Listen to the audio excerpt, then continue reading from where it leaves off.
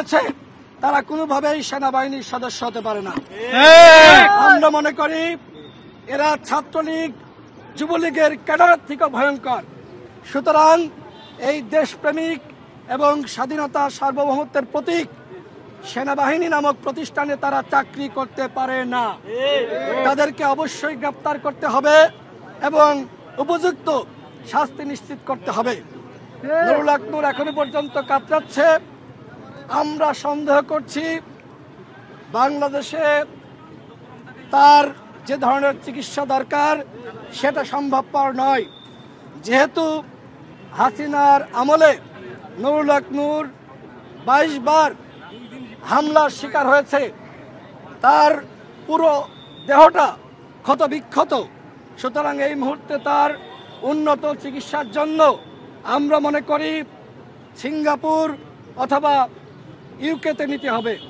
এবং গতকাল সরকারের পক্ষ থেকে ঘোষণা দেওয়া হয়েছে নুরুল হক নূরকে উন্নত চিকিৎসার জন্য দেশের বাইরে নেওয়া হবে। আজকেও রাষ্ট্রপতি তিনি নুরুল হক নূরকে কল করে বলেছেন আপনাকে উন্নত চিকিৎসার জন্য দেশের বাইরে নেওয়া হবে। আমরা মনে করছি বাংলাদেশে যে সকল চিকিৎসকরা রয়েছে তারা অবশ্যই দক্ষ, তারা অবশ্যই উন্নত মানের চিকিৎসা দিতে পারে, কিন্তু নানান ধরনের প্রশাসনিক জটিলতা রয়েছে।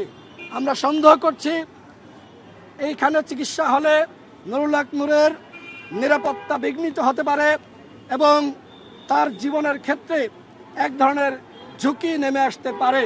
বিভিন্ন সময় এই ধরনের ঘটনা ঘটেছে যে ইনজেকশন পুশ করে একজন জাতীয় নেতা বা জনপ্রিয় নেতাকে মেরে ফেলা হয়েছে। সুতরাং নুরুল হক নূরকে যেহেতু সেনাবাহিনীর কতিপয় সদস্য এইভাবে হামলা করতে পেরেছে এবং আমাদের কাছে যেটি মনে হয় যে টার্গেট কিলিংয়ের উদ্দেশ্যে মূলত নুরুল হক নূরের উপর এই ধরনের হামলা করা হয়েছে। আমরা সরকারের কাছে আহ্বান জানিয়েছি একটি তদন্ত কমিটি গঠন করেন, কিন্তু সরকার বলেছে বিচার বিভাগীয় তদন্ত কমিটি তারা গঠন করবে। আসলেই তারা সেটি করবে কিনা সেটি নিয়ে আমাদের কাছে সন্দেহ রয়েছে। দেখেন যে আমরা 2018 সালের কোটা সংস্কার আন্দোলনের নেতৃত্ব দিয়েছি এবং এই জুলাই গণঅভ্যুত্থানে আমাদের ভূমিকা আপনারা সকলে জানেন। আজকে সরকার 3টি দলকে নিয়ে বৈঠক আহ্বান করেছে। এইটা আমাদের সাথে বৈষম্য। গণঅভ্যুত্থানের আমরা যারা অন্যান্য অংশীজন রয়েছি আমাদের সবার সাথে এক ধরনের বৈষম্য করছে সরকার। সুতরাং সরকারের উপরে আমরা পুরোপুরি আস্থা রাখতে পারছি না। সরকার যে তদন্ত এবং বিচারের কথা বলছে এবং সহানুভূতি জানিয়েছে, প্রতিবাদ জানিয়েছে, আপনারা সরকারে আছেন, যারা এই হামলা চালিয়েছে আপনারা কি গ্রেপ্তার করার জন্য নির্দেশনা দিয়েছেন? আমার জানা মতে এখনো পর্যন্ত গ্রেপ্তার করার নির্দেশনা দেওয়া হয়নি। শুধুমাত্র নুরুল হক নূর নয়, আমাদের ছাত্র অধিকার পরিষদের সাধারণ সম্পাদক নাজমুল হাসান থেকে শুরু করে আমাদের দল এবং নেতা কর্মীকে নির্মমভাবে পিটিয়ে রক্তাক্ত করেছে সেনাবাহিনী এবং পুলিশ। আমাদের কার্যালয়ের মধ্যে প্রবেশ করে নেতা কর্মীদেরকে রক্তাক্ত করা হয়েছে।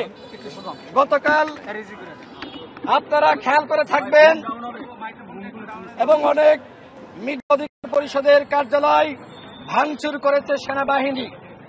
আমাদের যে সকল নেতা কর্মীরা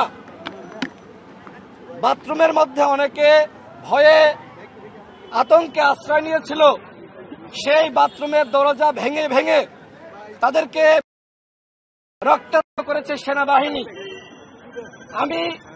আমি খুবই আসলে লজ্জা লাগছে যে সেনাবাহিনীর নাম আমার মুখে নেওয়া লাগছে। প্রতিষ্ঠান, গর্বের প্রতিষ্ঠান, ভূমিকা সেই প্রতিষ্ঠানের রক্ষা আজকে পুরো বাহিনীকে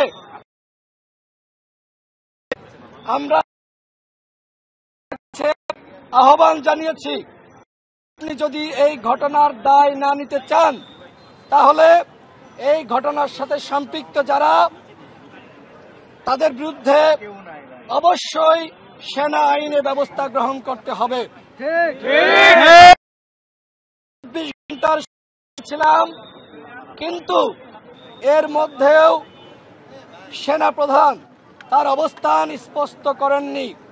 কেন তিনি তার অবস্থান স্পষ্ট করছেন না? আইসিইউতে কাতরাচ্ছে। গতকাল রাতে আমি তার সাথে দেখা করেছি এবং আমি তার সাথে কথা বলার চেষ্টা করেছি।